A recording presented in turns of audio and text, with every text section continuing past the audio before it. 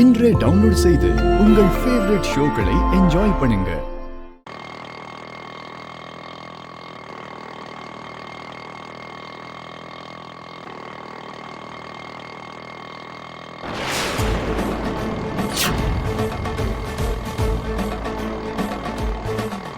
என்னது மித்ரா மாமா gold shop ஓபனிங்க்கு போன மாதிரி இருக்கு.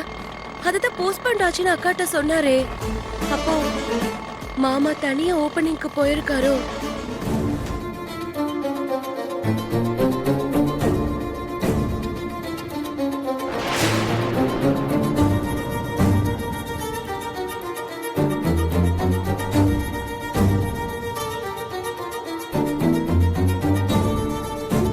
மாமா பக்கத்துல இருக்க இந்த பொண்ணு யாரு?